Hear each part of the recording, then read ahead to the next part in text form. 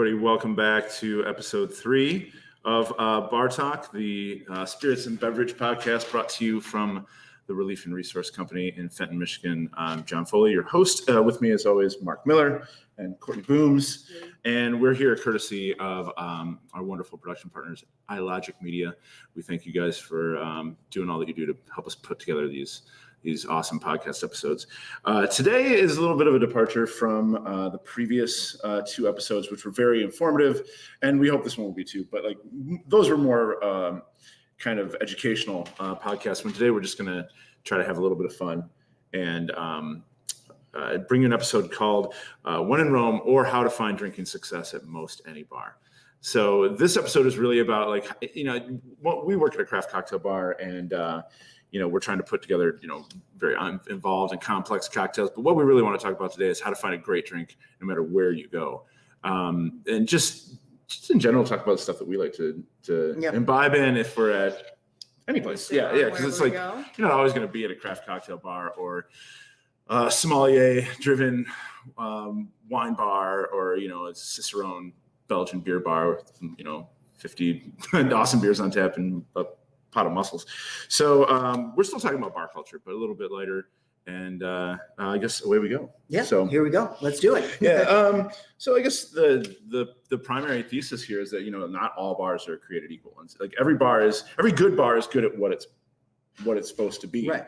So a really good sports bar doesn't necessarily have to have great drinks. It just has to have, really good TVs and a good environment and fun snacks and a couple great beers on tap. Solid chicken wings. Yeah. Very important. Yeah. For a sports bar. Do you baked or smoked or fried? Smoked preferably. Give it to me anyway, really. I just want it to be spicy as all get out. Yes. Good heat level on mine. A dry rub helps, I think. So not every place is going to have a mono bourbon selection or, some places are just going to have a crappy wine list, and that's fine because it doesn't need to have a good wine list. They just need to have, red and white and stuff that's cheap, and there's nothing wrong with that.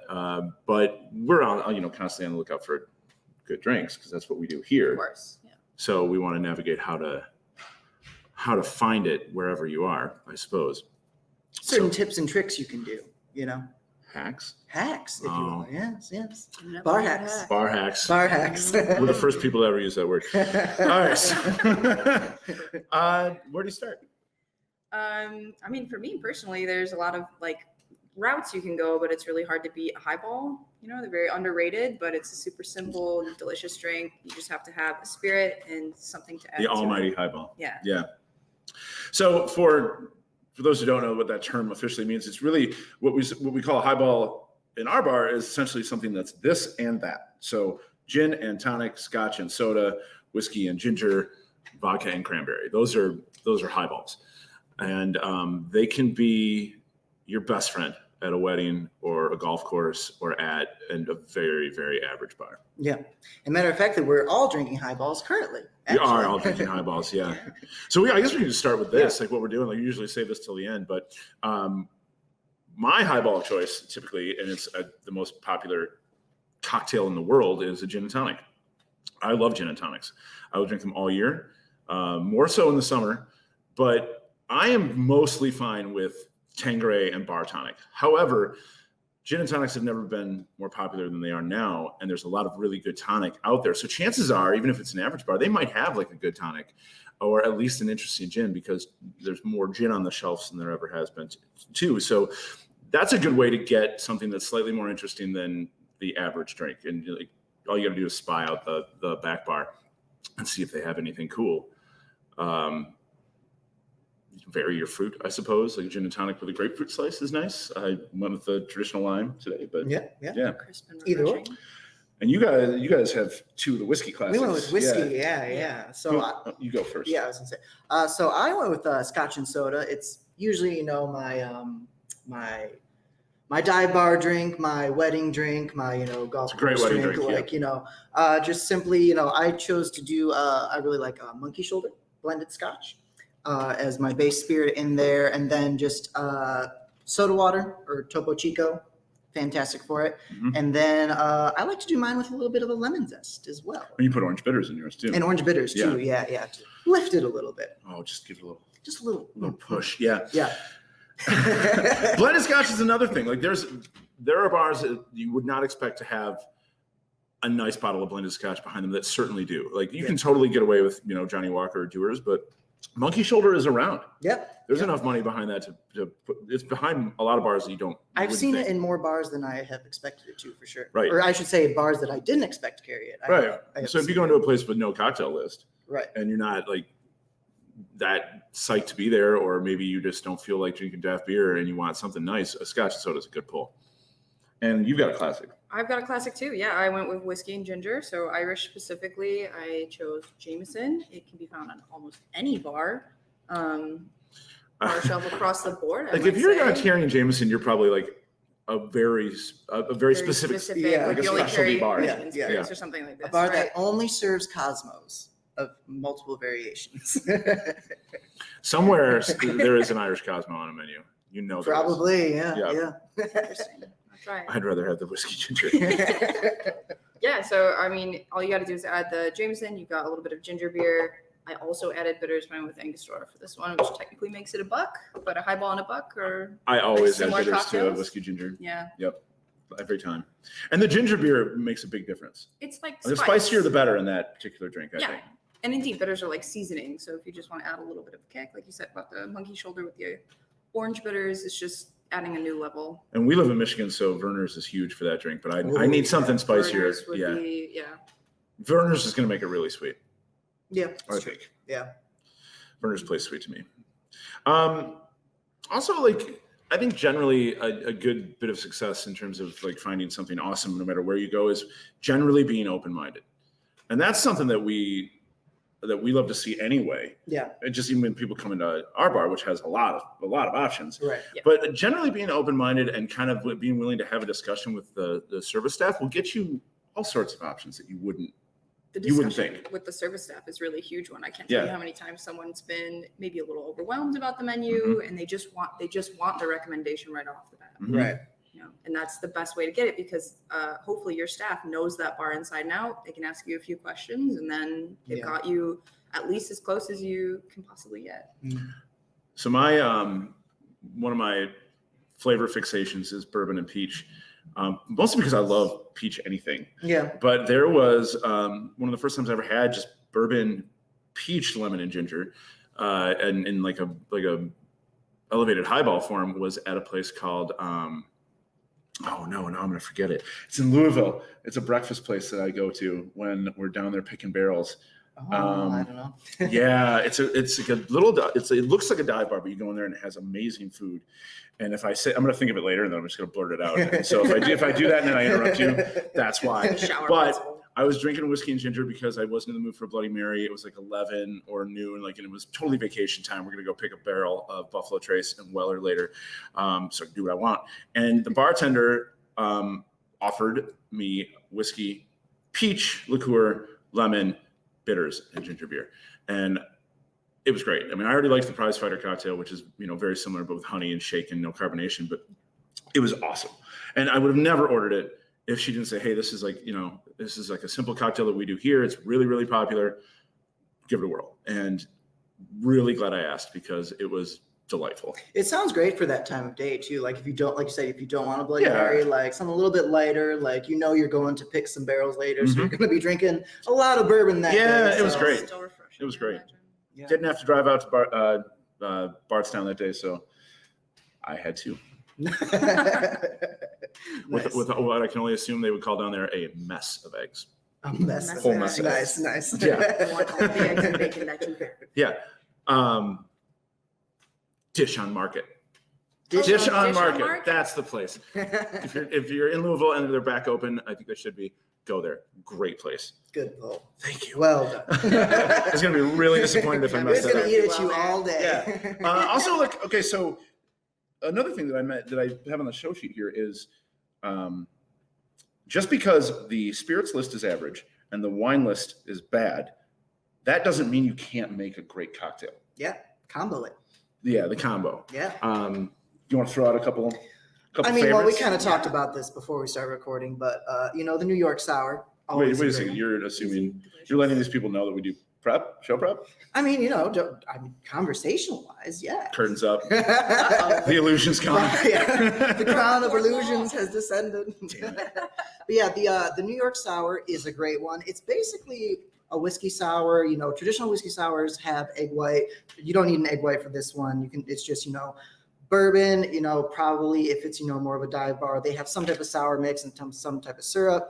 And if they have like a baseline like Pinot or something like that, you have the whiskey sour base, float a little bit of like red wine on top. Boom. Fruit forward New red York wine style. is nice. Yeah, and I will even like. I ordinarily hate sour mix. Like being anti-sour mix is kind of like part of the whole reason why we started this bar. However, the addition of the wine sort of forgives the sour mix. Yeah, it mellows out the weird tanginess you can get sometimes. Yes. Some tannins to cover up the extra sweetness. Yep. Yeah. But the chances are most people have a sweetener or a simple syrup anyway, and they can squeeze a lemon if they're not too busy. So there's a few ways to manufacture it. Yeah, absolutely. Yeah. What are some other ones? Similar vibes, but switching it up to beer, you can always go with like a beggar's banquet. Hopefully, we've got a nice That's light a- ale. Oh, I right? forgot about So that that's going to be Yeah. bourbon, lemon, maple, and then float. And that can maybe even be English like pub ale. breakfast maple syrup. Honestly, true. Yeah, it doesn't have to be. And like, also super too, like high maple old fashions are a thing you see a lot these days. So That's true. it's a good bet that there's some form of maple syrup or like we said, some type of Mhm. sweetener Yeah. sitting around somewhere. These days, if they serve food, they have maple syrup, especially if it's a place that accommodates children. Because they have a kids menu Breakfast and they have to have it, yeah. Right. And that's legit great drink. For sure. And it can be any red or brown ale on tap. That's true. I mean, Or and lager, I guess. probably fits you best, but I mean, an amber would be great. Yeah. Easy, just anything easygoing, nothing too hoppy, Right. nothing too Yeah. light.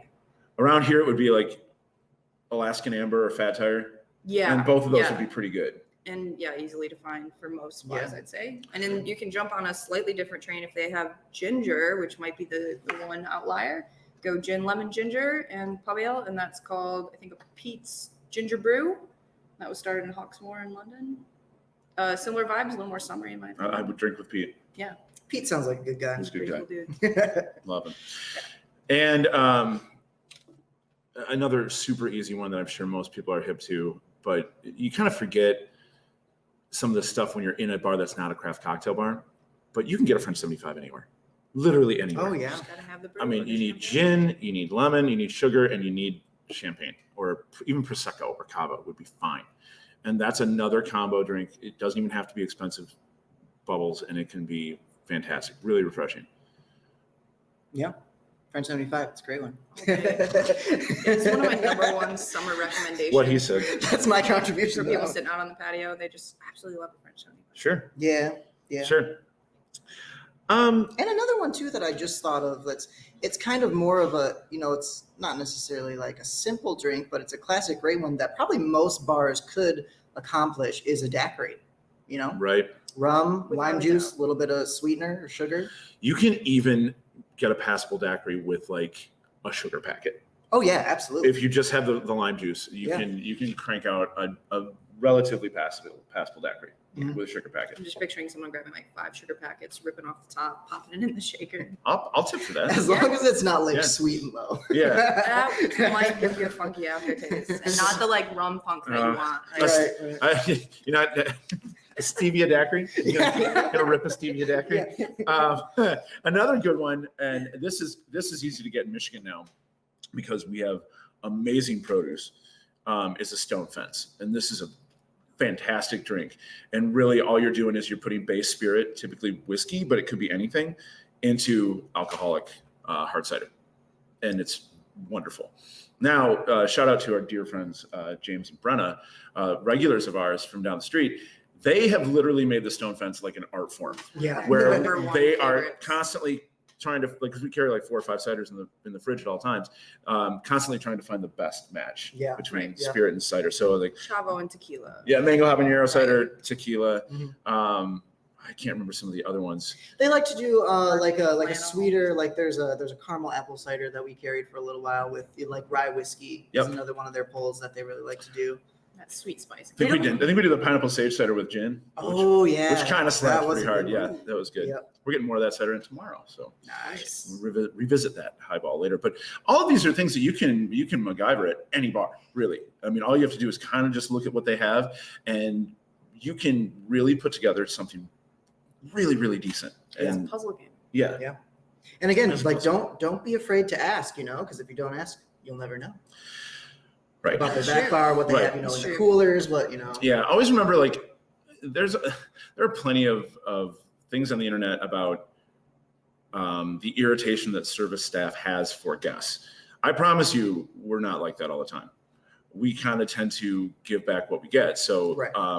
If somebody's rude, then that sucks, and then we're going to be grumpy. But if you don't ask, we can't help. And most of the time, we're really willing to help. We really want to help. If you ask and they don't want to help and they're immediately grumpy just because you asked, that is totally on them. And, Right.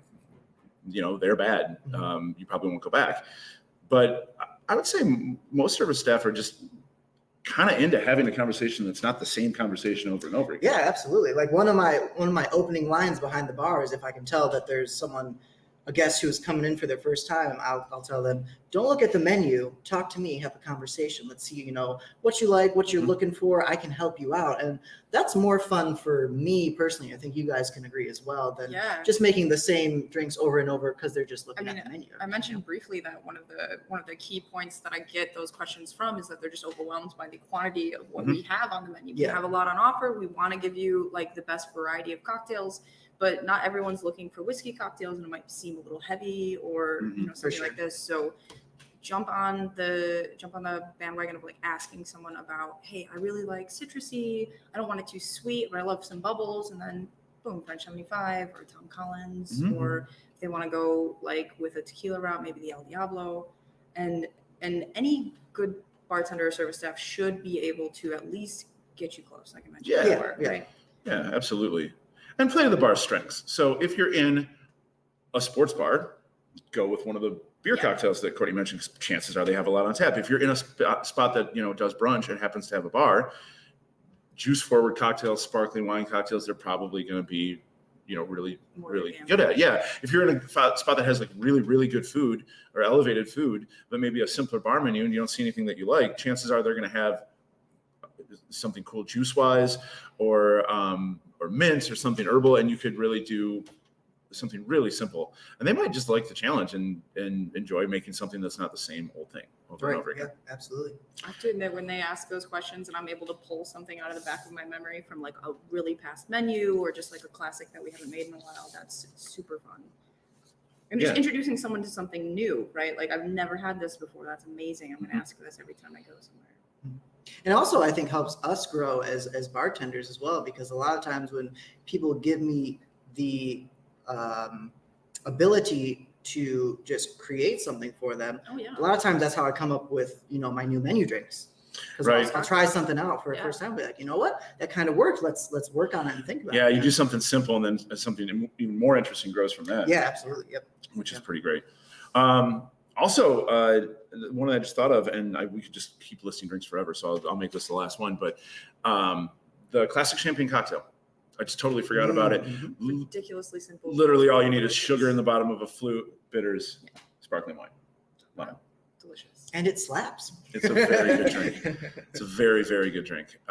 Looks fancy, and you're really still just drinking wine, so it's not even as strong as a regular cocktail if you want to pace yourself. You had a couple people at your rail drink those all night. They were jamming them all night last night. Yeah. Good for them.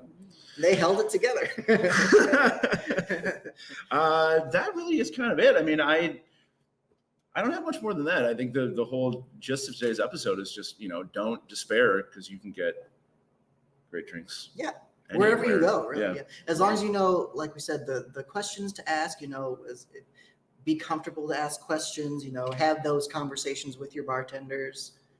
Hopefully they'll, give that back to you as well. So we're into it. Yeah, for sure.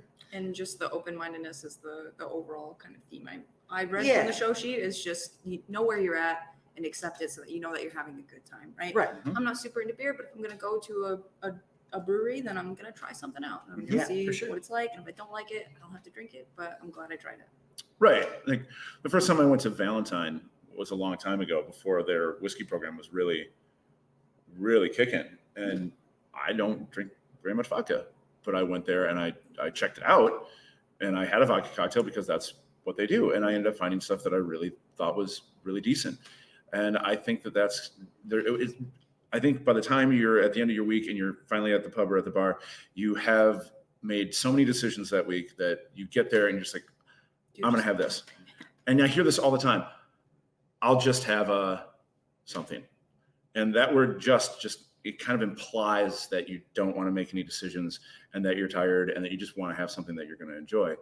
Or the I like everything, you know? Nobody likes everything. Nobody likes everything. Or I'll have what you like. And be like, it doesn't really matter what I like. Right, yeah. The point is to make your experience great. Yeah. So don't despair. Don't feel like you have to order, Napa Cab or Moscow Mules for the rest of your life, because you might find really cool things, even at bars that don't have cocktail programs. And also, don't feel like bad or embarrassed or ashamed if you go into, like a fancier cocktail bar and you do just want like a Moscow Mule. Like if that's what you're feeling in the moment, order that Moscow Mule. Yeah. Like no shame. Like drink what you like. Right. That's what I like about here, because you can have somebody drinking a $70 pour of whiskey. Yeah.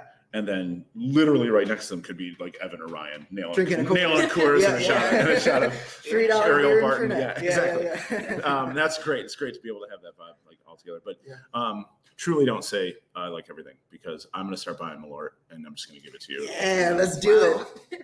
That's going to happen. Anything else? Anything else for the people before we let them, I let them mean, go? like some places that I like in the Michigan area, at least in Detroit, where it's like maybe not a super high-end bar, but they've got enough on the rail that you can find something that you like. It's like Honest John's or Second Best, or maybe like the Detroit Shipping Tow. Is that the container that's over by Founders there? I've not been to that one. Yeah, I haven't either. Yeah.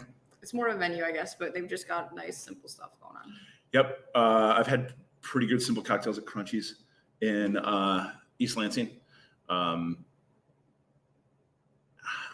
I think there's something to be said too, that I was just thinking about this, that like, even if you don't get the best of drinks at a certain place, but you really love the vibe of the place and going there, keep supporting them. Because, as long as you're having a good time, you're going out, you're hanging out with friends or doing your own thing, whatever, like. And they're treating you right. I mean, and they're treating you right. Absolutely. Yeah. You can always tell a place that has passion. Yeah, absolutely. Yeah. They're there for a reason. And it's your happiness. Oh, I'm not going to top that. I was going to say that's a good note to end on. Okay, so on behalf of Marc and Courtney, I'm John, and thank you for joining us for episode 3. Fire up for episode 4, because we're all going to get on that rum train. Yeah, jumping on the rum train. It never stops until the end. There are no stops in between. No. Long train. But it's going to be a fun episode. Yeah, R&R rides the rum train. Coming up next. None of us are going to work that night afterwards. We won't be able to. All right, thanks, guys. Cheers. Thanks, guys. Cheers.